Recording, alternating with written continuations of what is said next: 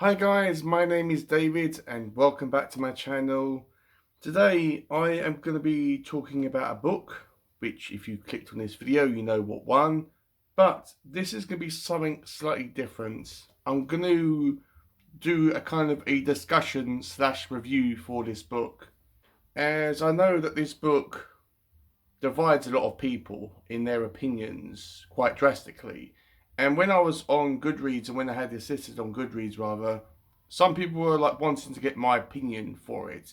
And this is just going to be coming from someone that is drawn towards horror like a guided missile. It's a section I always go to first whenever I go into any bookshop, or when I'm searching on eBay or Amazon or wherever. I always look on the horror books first. So before I get into this video guys, please do not forget to subscribe, ring that bell and give this video a thumbs up. And I will also have a link down below to my Goodreads account in case you want to follow me on Goodreads. And the book I'm going to be talking about today is Nothing But Blackened Teeth by Cassandra Khaw. Now, because this is only 120 pages long, I can't go into this book in super depth. So I'm going to briefly tell you what the story is all about. Basically, it's about a group of individuals that go off to Japan to go and spend a few days in an abandoned Japanese house, which you can see in the background. They know that it's abandoned, and I'm pretty sure they know that it's haunted as well. I suppose that it's, some people, it's maybe their thing to actually do. It kind of reminded me a lot about urban exploration. But while these kids are there, they soon discover that there is this strange Japanese spectre called the Bride, which is a deceased woman who is living in the house because on her wedding day, her husband, when he was making his way to the wedding, he tragically died, and she found out about this, and she said to the guests, look, I'm totally distraught, bury me alive. And she's just there waiting for the spirit of her deceased husband to come to the house, and they can be reunited and live happily ever, well, not live happily ever after because they're both dead, but you get the point. And along the way, these kids get tormented and haunted by the spirits of the bride, and she's very, very creepy. And yeah, that's as far as I want to go with the story itself. Now, going into this, I knew that people were massively divided with this book. People either love it or they hate it. I didn't hate this book, but I didn't really like it either. I fell in between these two categories. I respect it for what it was trying to do, but coming from a horror fan, it failed miserably. It epically failed. So I'm just going to split this section up, where I'll be talking about my likes and dislikes, but this is going to be an extended version of that section of my videos. So what I liked about this book is I liked the effort. I am a massive Junji Ito fan, and to read something that's Japanese and horror is massive for me. I like what Junji Ito brings to the table with his like horror twist on Japanese lore, or horror that's set in Japan. So I appreciated for what this book was trying to do. I do like it when books try to take the culture and the background of the author or a specific civilization, and to try to work with their myths and their laws and their history. I like that. I like learning about different cultures through fictionalized books. And I'm pretty sure that the spirit of the bride is an actual spirit that Oriental people actually believe in over in Japan. So that was really, really cool. And of course, I liked its size. It is short and sweet, but its size is a double-edged sword. It has its positives, but it does have its negatives, which I'll mention in a minute. I did like the bride herself. She is very, very creepy. She's like lurking in the shadows, giggling and laughing and observing these kids. And I feel that she enjoyed tormenting them and even hurting them, because there's a scene where one of these girls gets a fish line down her throat, and it goes right down her throat, and I'm pretty sure the hook comes out of her stomach. So that reminds me a bit about The Ring, the movie The Ring, and it was really, really, well, I wouldn't say gory, but it was very, very creepy. And yeah, I like the atmosphere, I like the setting, and I like the brides, and I appreciated the effort. But when it comes to my negative things, this is going to be a mini rant, so if you enjoyed this book, please take this section of this video with a pinch of salt. This book, in my opinion, as a horror book, is an epic fail, and I will tell you why. The characters are the ones that drive a horror story, no matter what one it is, especially if there's an element of them getting killed or murdered or even hurt or injured in any way, whether it's physical or emotionally, by a real life killer or a spectre or a ghost. If you don't care about the characters, then why should you care about what happens to them or the plot itself? As I said, because this book is really, really short, it doesn't give you enough time, even closely, to resemble any kind of relationship or bond with any of these characters. And if you enjoy this book and you are disagreeing with this part that I'm actually talking about, please comment down below. Comment one character's name in this book. It can be anyone. Comment one character down in the comments if you disagree with what I just said. Do not look at the book. Do not look at anything online. Just comment down below one character if you think that I'm wrong. And plus, let's just take off the cover, because I strongly suspect that this cover, despite how beautiful it is the reason why people like this book, or maybe can be a big part of it. Yes, this is gorgeous. I mean, I want that on a t-shirt or in a poster or anything. The artistry on the cover is fantastic. Biggest compliment, or one big compliment I can give this book. But let's just take this off and look at this book like this. Also, funny fact as well, when I was reading this in bed and I had it beside me, I thought it was my Kindle, because even though it's a bit bigger than my Kindle, I actually thought that it was my Kindle for a bit. So going back to the characters, they are fine. I didn't care about any of them because, as I said, the size. It needed to be about 300 pages so the author could stretch out and flesh out the characters so the reader could create some type of bond and connection with the characters. And as a result, it would have made you want to care and maybe root for them when the bride was like chasing them. And the reason why this may be important as well is because, not because it makes you maybe want to care about the characters, is that also they have got numerous relationships with each other that are really, really complex at times.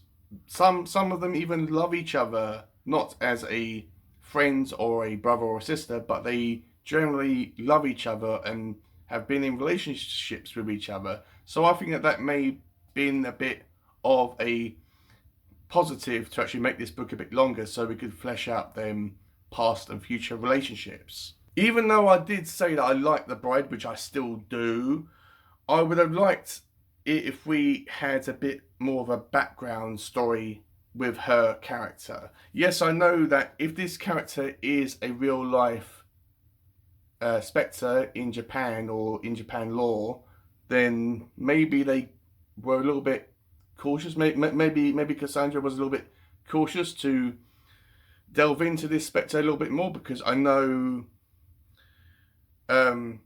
people in Japan are a bit skeptical and a bit they actually kind of distance themselves away from evil spirits. I know that there was a story on YouTube that I found out about where this witch can actually detach her head, and the head can float at night by itself, and then when morning comes, it attaches itself to the body.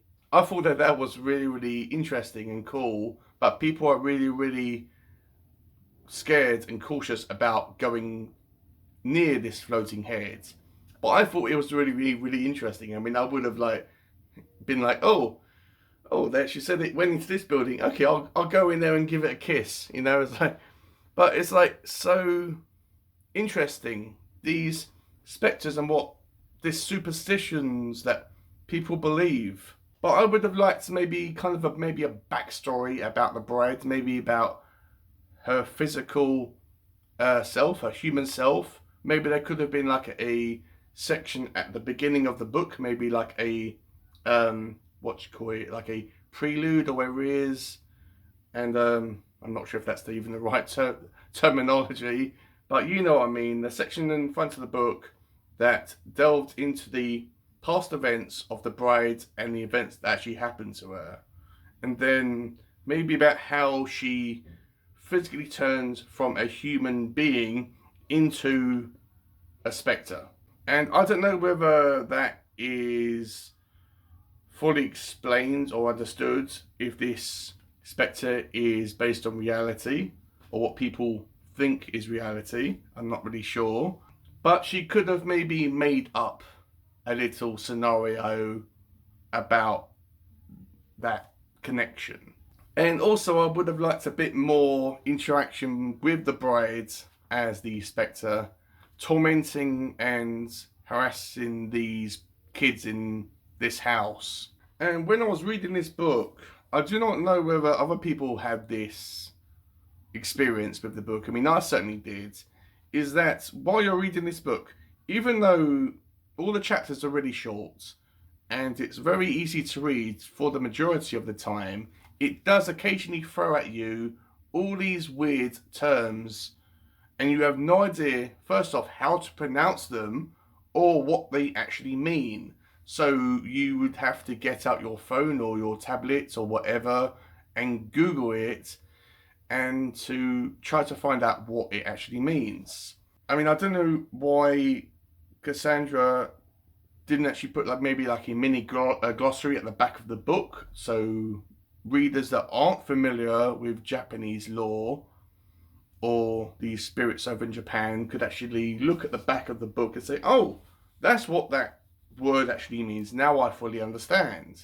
In my personal opinion, it would have been to Cassandra's benefit if she, after she wrote the first draft of the book and when it was like ready to be published or whatever, if she went to maybe like a focus group and just showed people that aren't from Japan this book and got them to read it and maybe like got their feedback about what these words actually meant. I know that she possibly wanted to actually remain faithful to the proper terms and terminology in this book. I just personally think that she could have done it in a slightly different way, that for example, a middle-aged white guy or near about a middle-aged white guy could fully understand when he was reading this book. So that's all I really wanted to say, guys. I give you a little bit about what the story is all about, and I delved into depth about what my likes and dislikes were. Now you're probably wondering, do I recommend this to horror fans? Yes and no. Because it's really short, it is short and sweet, it's not going to take a massive amount of your time to actually get through. But if you aren't familiar about Japanese culture, then this might fly over your head a little bit. If you are a person that has read quite a number of mangas, if you are an anime fan, if you are interested in Japanese culture and all their laws and backstories about their numerous spectres, and if you like Japan as a culture as a whole, then I think that you would appreciate this book a bit more than somebody that doesn't watch anime, doesn't read mangas, doesn't have an interest in Japan or its culture. But with that said, if you are a horror fan, then I would at least recommend that you at least give this book a try. It's not going to be for everyone. You may read this thinking that, oh, it's the best thing I've read ever. It's the best horror book ever. I absolutely love this book. Then that's great. If you are one of these people that hate this book with a passion and think that it's absolute trash, then that's also great. We are all entitled to have our different opinions on this. But as I said, I fall in the middle of these two categories. But I at least implore you, I can't believe I've actually said that word, to actually give this book a chance. So that's it, guys. That's all I really had to say about this book. I wanted to get my thoughts out there. It hasn't put me off at all about reading any of Cassandra Khaw's writing, and apologies if I'm saying the author's surname wrong. That's probably the closest I'm ever going to get to it. But if you have any recommendations about where I should go next with this author, or what book I should read from this author that you enjoyed, then please comment down below and I will check it out. I will definitely read some other books by this author. And while I was finding out about her, I discovered that she was born a few days after I was. So that was kind of a nice, pleasant surprise that I nearly shared a birthday with this author. And with all that out of the way, have a great day, read some awesome books, and I will see you all in my next video.